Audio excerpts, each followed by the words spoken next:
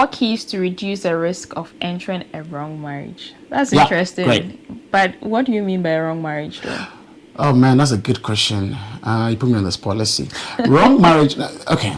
So I think this is how I'll probably summarize and define. Okay, let me put it this way. Just from my little experience as a married person, and as I work with married couples, I would say that marriages can be on different levels. The first level can be just a marriage where the couples are highly conflictual. We call them a high conflict couple. So like they're almost always arguing. They can't agree on anything. Someone sleeps, another person sleeps here. They're in the same house. Sometimes they even separate for a long time. All of the things. So that's not how I believe God designed marriage to be. When you look at Scripture, it's supposed to be a man and a woman, united in one flesh for life. And that picture doesn't give you a picture of that, right? And so that's the first level. Second level can be, well, it's just surviving. Like you're not like always conflictual, but you're enduring so many things that you probably shouldn't. It's not highly satisfying. Once again, remember, like you said, marriage is not necessarily designed to make you happy. It's supposed to make you holy and become like Christ, and it's to sanctify you, right? But it doesn't mean the process should not be exciting. So it's more like sandwich between what I just talked about and what I call a fulfilling marriage, or a marriage where both of you are thriving.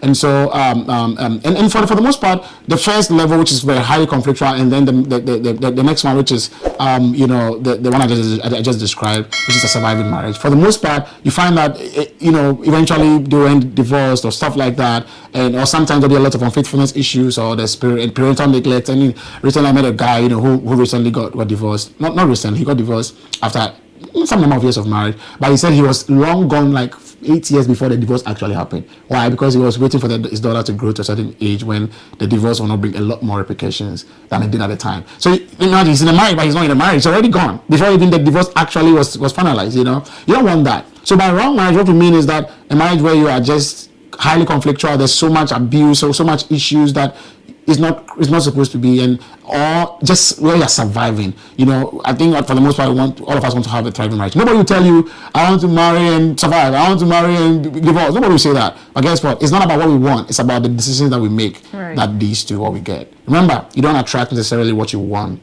You attract who you are. Johnson Maxwell. So I think I did a good job with that, right? I think you did. I think that's great. I'm glad she said that. That's the therapist. I don't care what you think. She said I did it. She has all the time. I did it. Anyway, so am I starting or you are starting? I think you can Okay, start. cool. So I'll say this. Now this is for the singles. This is so huge. Remember, let me say this, very important. We are not saying this once you do this. No, that's not what I'm saying. All I'm saying is that, like, I'll go back to the plane. Just like a plane taking off. Pre-flight checklist. Even if you have flown for 40,000 years, no, of course that's not possible. You 40,000 hours, brother. You still have to go through the pre-flight checklist, right? And check because the stakes are high. As a therapist, I do see couples, but I do see individuals as well. I've met people teenagers whose parents are divorced, and it's terrible. It's not a joke, at least on the side of the teens and the younger. It's not an idea. You don't want that, right? And so what I say that reduces the risk. That's what you want. You don't want to just enter a risk. It's a new business, you come and invest, you just invest. It doesn't make sense. Do your due diligence and do the research and make sure that, even though I know that investment is a risk in general, this risk is a calculated one and it's a wise risk to take. That's what we're talking about here. So the first point is this: don't start the dating relationship alone. Let me explain what I mean by that.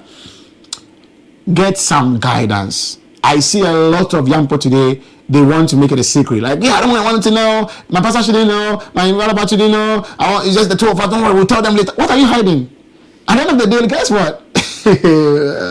You'll be married and you'll be like, okay, I don't even want to spend some time with you, I want you to just be my own. You know what I mean? Like, it's not that simple. So don't go alone. And that also means that seek mentors. If you're single, especially, seek mentors now. Like, be intentional about reading, about getting close to people. Now, if you don't know what mentorship is and all the things about, I have a whole series of mentorship on this channel. Go to the playlist, look at mentorship. I have like 7 videos short, and then you have a whole teaching on it, like an hour long, a whole thing. It will bless you. We have an article on this website as well, info@sayinspires.com. Read it. Look, get mentors now. Connect to people, learn, go for web seminars, go for webinars. That will bless you, and connect. Be intentional. Now, I talk about what we call personal mentors and distant mentors. Distant mentors are through your books, through YouTube, through podcasts. You don't know them. They don't know you personally, but you know them through their resources and they are mentoring you, which is great. Like Johnson Maxwell is one of my distant mentors, John Acuff, all of those other people, right? Karen Eo. But the point is that you, even if you have 20,000 of those, I think you need at least one. a personal mentor. People that know you and you also know them, who have a relationship with you and understand who you are and and have your best interest at heart and develop those relationships, right? In fact, one of the mentorships is that I must have only one mentor. So it sounds like it's a contradiction. It's not. I'm just saying that at least have one person that you can actually interact with, so that the person can be involved in your decision. So what does that mean practically speaking? A guy comes and says, hey, I like you. I like it. She started dating. I'm not saying it's wrong. Don't hear me saying it's wrong. People do that and become great. But I'm just saying it's helpful to ask him, man, what do you think about this guy? A friend, a mom, multiple people. That's what we did, right? And many other people. It helps. Remember, reduce the risk. That's what we're talking about of entering. Now, guess what? If this guy is great and you are doing the right thing at the right time, trust me, for the most part, you are not likely to get the people telling you, nope. You know what I mean? It's still a good support system for you, and it protects you eventually. And so that would be our first point: that don't start a relationship alone. Get guidance, and it will actually help you throughout the relationship and all of that. Right, and I think the second one, that's after you've entered the relationship, is have clearly defined boundaries. Boundaries are very important. I always say that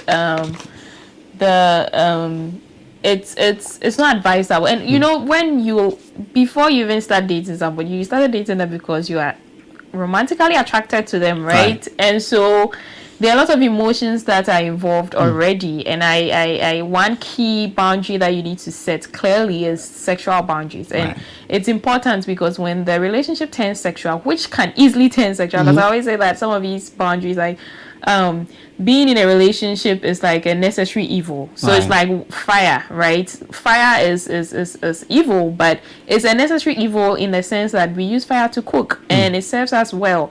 Why? Because it's placed in a boundary. When you place fire, which is evil, in a boundary, it serves you well. Bonfires and all of these campfires and everything, they are all placed in a boundary so that the fire will not become evil. And that is why sexual boundaries are very, very key and very important, because the emotions and everything, see them as fire, and so when that emotions is not put into a boundary, it can burn, and it will end up burning both of you, right? And then when the relationship becomes sexual, it can blind you from seeing so many red flags that you are supposed to see. I'm not even just talking about sexual boundaries, but there are lots of boundaries that you can set. The opposite sex relationship with the opposite sex boundary. Some people don't even know how to manage their opposite sex relationships when they are in when they are dating someone, people just shut everyone off, and the other extreme is also like going all out, right? But if you have a clearly defined boundary, and even if any of you breaks that boundary, you have something that is bringing you to the books, right? But at the end of the day, it's not even just about having a boundary, but it's about your heart.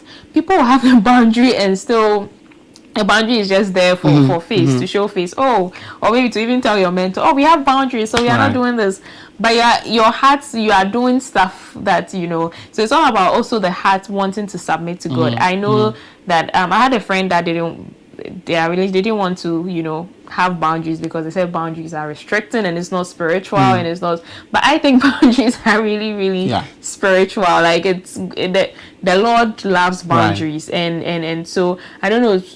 I don't have any scriptures that come to mind right now, but there are lots of clearly seen, even when Adam and Eve sinned, and the Lord put a boundary there, right? And so I think that it's very necessary to have clearly defined boundaries when you are dating, because it's and boundaries that, because you fear the Lord, you want to abide by, not just for showing face, for showing public that I have these boundaries, but it's very helpful. No, for sure. And I think, of course, Gloria was talking about scriptures and stuff like that, and I think it's really important. And for example, we all know 1 Corinthians 6:18 says, "Flee from sexual immorality." And of course, it sounds like we are focused on the sexual part.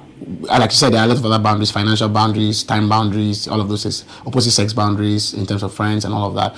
But the sexual one it seems like the most important, because, like, I don't know, there's something about that aspect of our lives, our sexuality, that is connected to our shame and stuff like that. And so when you don't handle that part well, it becomes. Recently I was reading Genesis, and where it says that the man and the woman were naked and unashamed. I think Genesis 2:25 or so, and unashamed. And I was thinking, as I was meditating, the Holy Spirit was teaching me that. So I was thinking, okay, I don't know, before we got married, like, man, I was very shy to be some way, like seeing each other's nakedness. It wasn't, like, eventually it wasn't, right? But guess what? I was thinking back, I'm like, okay, I've talked to a lot of people who maybe are not married yet, and maybe they got involved with sexually, whatever that looks like.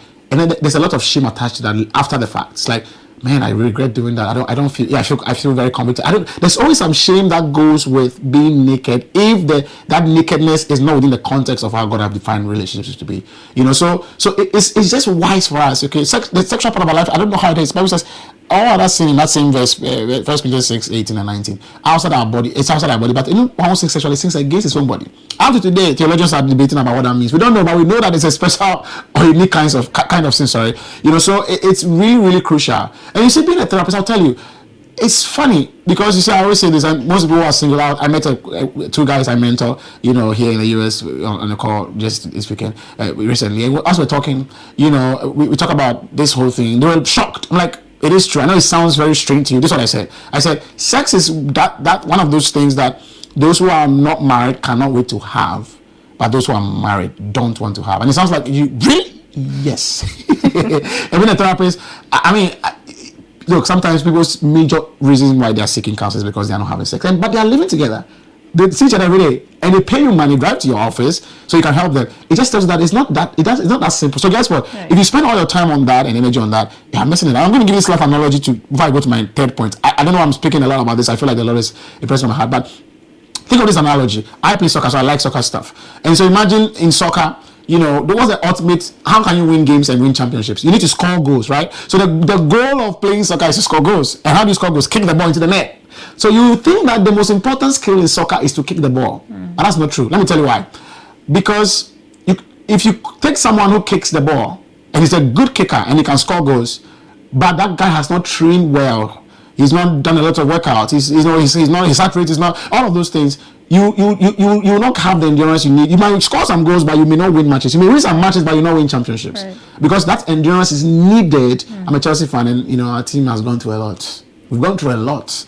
And partly it's because inexperience and all of the things, right? But all I'm saying is that they're scoring goals, but they're still not winning the games as much, and they're not being consistent because it's not just scoring goals. Look at the number of goals Chelsea have scored this season; so much more compared to a lot of the teams, but they are not even in the top 3. Right. And so this is what I would say, that while the kicking the ball is important, which I'm not saying don't train on that, you need to forget. Sometimes people go to train. I'm being a soccer player myself. You go to the field and you don't even touch the ball. Sometimes the whole 3 days of training, you don't even touch the football. Go to the gym, do all of that. Why? Because even though you want to kick the ball, all these things are prerequisites that will help you to give you the necessary foundations you need to be able to kick the ball and score. Right. And keep you enduring throughout the games and to win championships. That's what sex is. Yes, sex is a part of marriage. Sex is a benefit of marriage according to scripture. Sex is wonderful. But guess what? Sex by itself on its own, that's all you are preparing for. You're missing the point.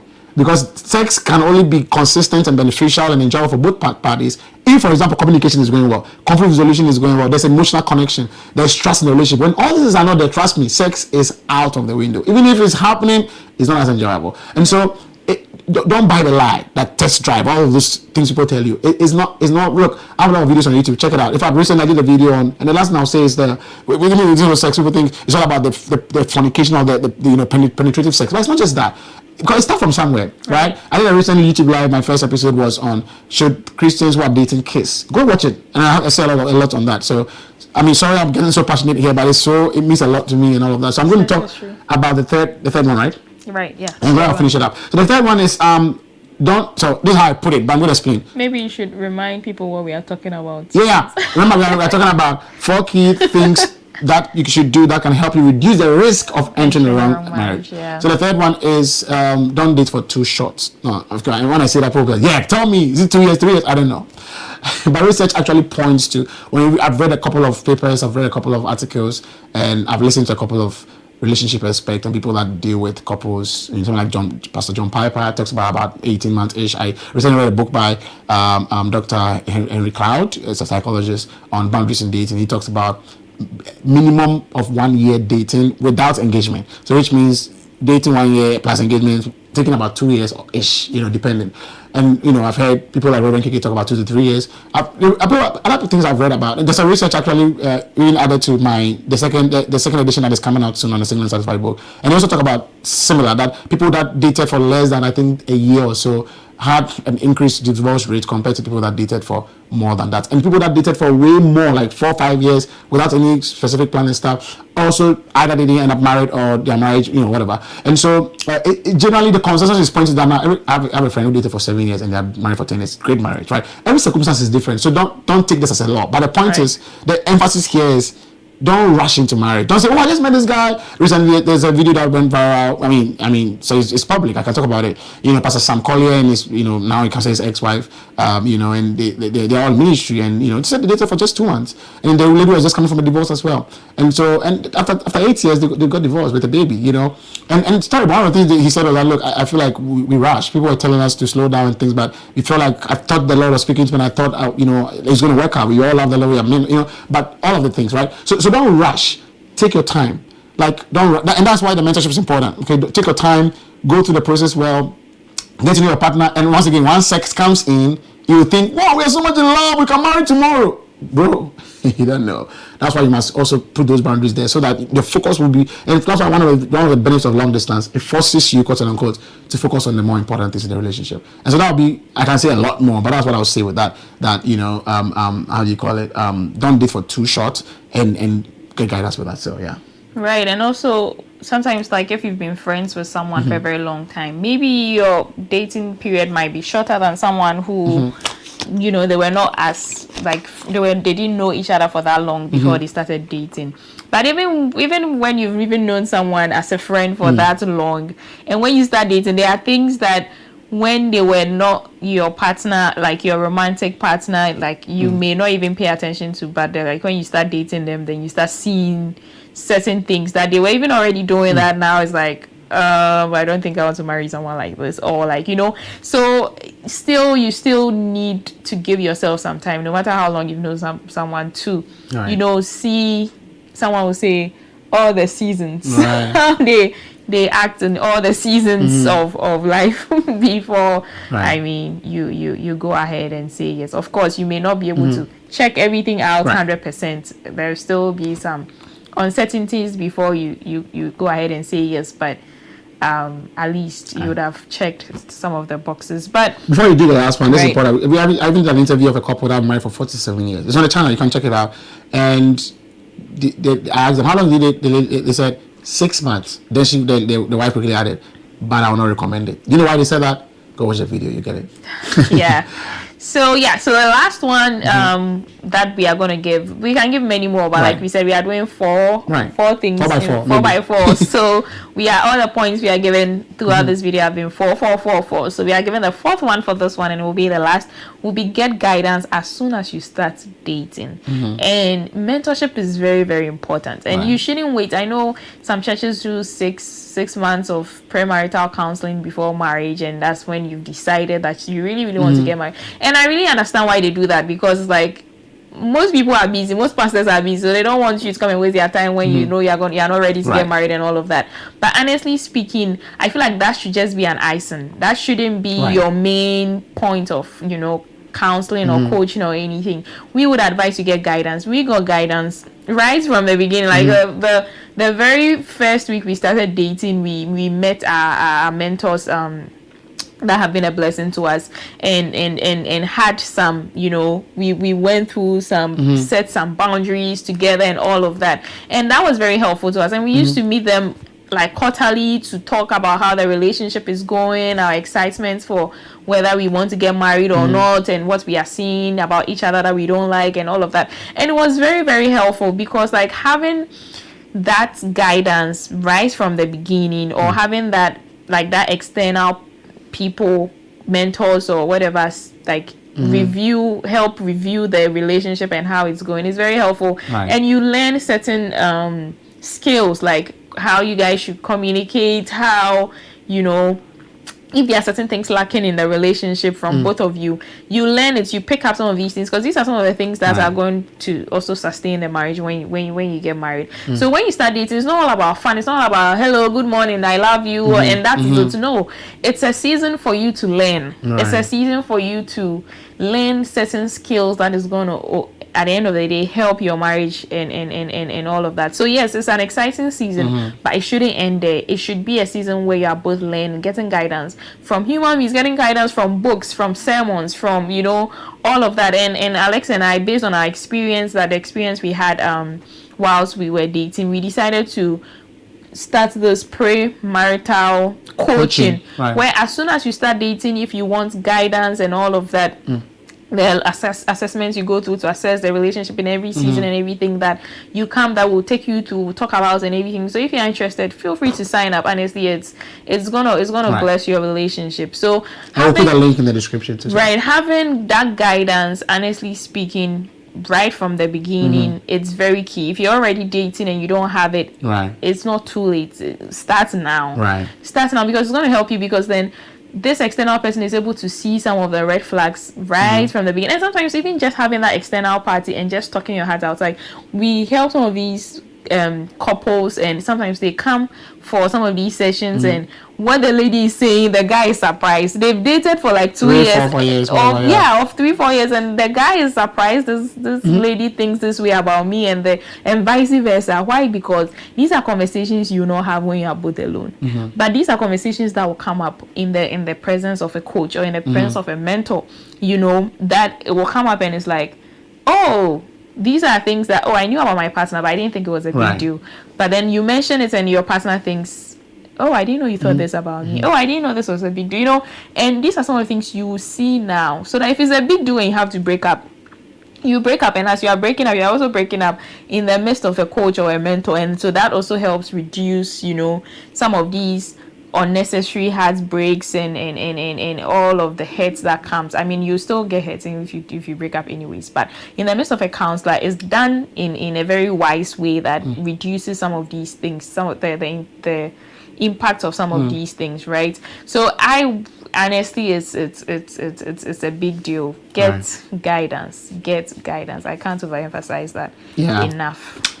Good point, man. And look, I call it dating discipleship. We need that, and we're surprised how people don't even know what to do. People think it's all about, I love you, and like you said, it's a lot of things you can do to prepare for, and especially when the hormones are very active in those early stages. If you don't have those wise things to do immediately, it will actually not go well for you. And there's a webinar we did, which is on the YouTube channel. I think we call it Christian Dating, 4 Essentials You Must Know. So we talk a lot about that. So go check it out on the channel, and I think it will bless you a lot. And so, hey, feel free. Look, you don't even have to look for pastors in your church, mentors in your church, people that you love, you value. You've seen them married. You may not be pastors. You've seen them married. You just admire them, man. Just go and say, hey, man, we just started dating, and I'm just wondering if we can meet you for. And like I said, go for watch your mentorship videos. I teach about how to approach a mentor to get a session. It's very easy. So look at those videos and apply it in this context. It will bless you so much. And like she said, if you're interested in our program, to just send an email to info@sayinspires.com, or look at the description. You're going to have the link where you can click on it and fill the form that can give us. It's virtual. It's online, so you can join anywhere you want or anywhere you are. So.